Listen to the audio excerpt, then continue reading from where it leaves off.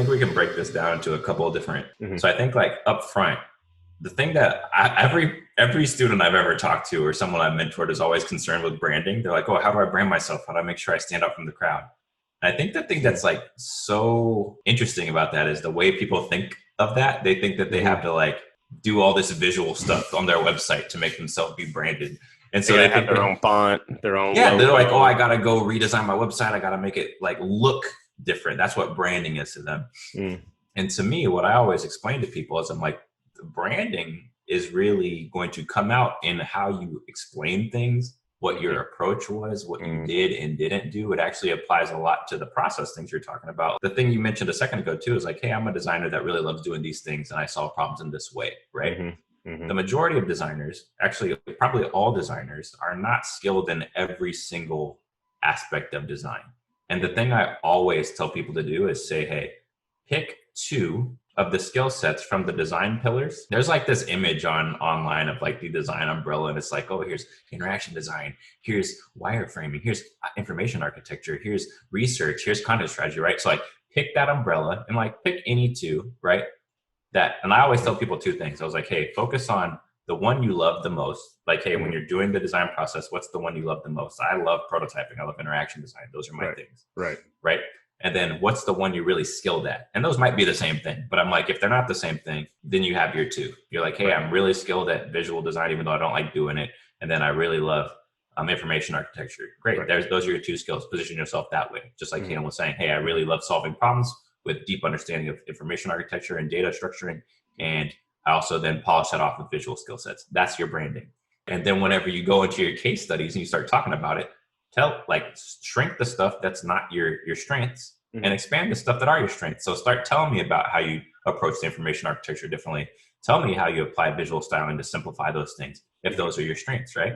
For me, my 2 are always, I'm a user experience designer that really loves prototyping, interaction design, and research, right? So on my portfolio, you'll go through and you'll see all these weird research tactics I use, and you'll see everything animated because I want to show my interaction focus and things like that.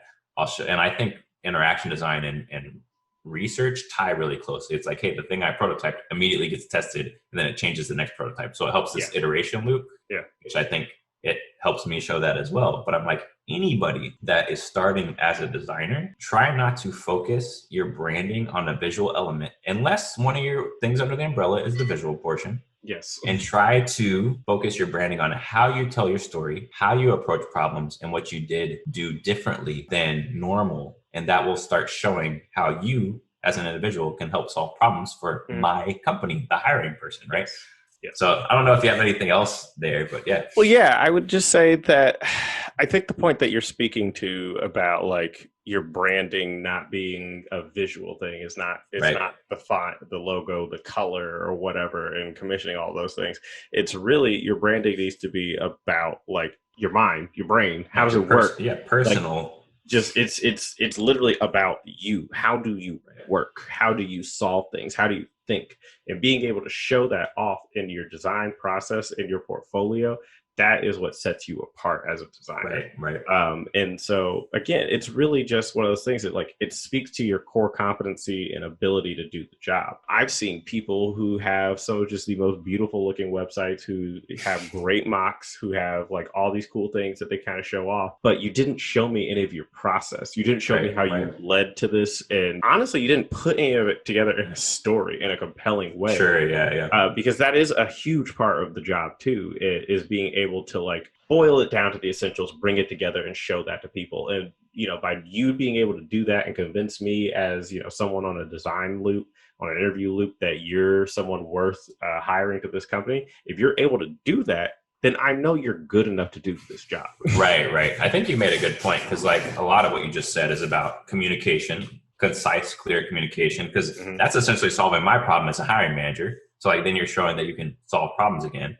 Then I think the other thing you just said is like, and the thing I advise all the time is, don't let me read your case study and start asking why. Like what you just said is like, hey, I've seen all these beautiful portfolios, go through, and you kind of didn't know or understand what problem they were solving, or if they were solving a problem whatsoever. If I get to the end of the case study and I can't tell if you solved the problem, that's a no hire. That's a no phone screen, no forward, nothing. Like if I don't even know what the problem is, I'm like, this person's not a UX designer. I'm like instantly like, this person is not solving problems. They're just using design. I think it's really important to understand that the difference between like user experience design and other types of design is not the methods you use. You can use the same methods and be 10 different types of designers. It's the fact that you're solving a problem and solving it in a way that's user-centered.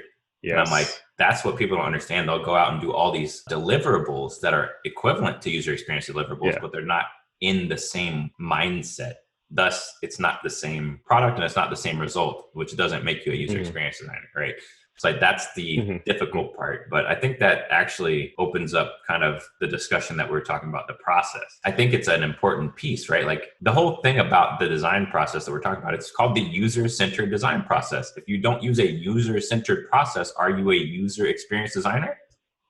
No, in my opinion. I mean, I don't think it's really an opinion. I think it's a rhetorical. I'm like, it's like, don't let me speak out of turn too much. But coming up with a nice, pretty metaphor to wrap all this around. It's like we're scientists. But that's really it. Is like it's scientific method for sure. It's scientific method in a different setting. It's just taking that same sort of sense of there's an issue, there's a problem, there's something that we need to investigate on. There's something that we need answers around. And we think that if we can do this, it can give us some answers on how to make something better. To solve a problem. This is why it really gets on my nerves when there's certain companies that list design as a non-technical role. Like the majority of companies I've worked at, design has been a technical role. It doesn't mean that you're engineering, but that's the same process that engineers use. I was literally watching my daughter watch this little video on her little tablet the other day, and they were saying, engineers, they come up with multiple solutions. They test and iterate through their problems. I'm like, that is literally what designers do. That's why it's a technical role, but that's a whole nother soapbox for a whole nother day. But essentially dust it off for later. Yeah, but that's right. The process that you're talking about is very scientific, and you're actually trying to measure things and use metrics to push the design forward. And even some of the metrics are qualitative, some of the metrics are quantitative. That is scientific. I say this a lot, so you guys have probably already heard me say this on this podcast if this isn't your first time listening, but design is about behavior change. When it comes down to user experience design, it's about behavior change. And if you can't quantify the behavior change, how do you validate that your design works or not? If you can't convince somebody to do the idea, no one's going to do the idea. That's it. It's that simple. It's like, don't just show up and be like, yo, we got to change everything. Or like, why? Cause what? I said so. If you don't get out my face, that's what the response is going to be. So, yeah, exactly.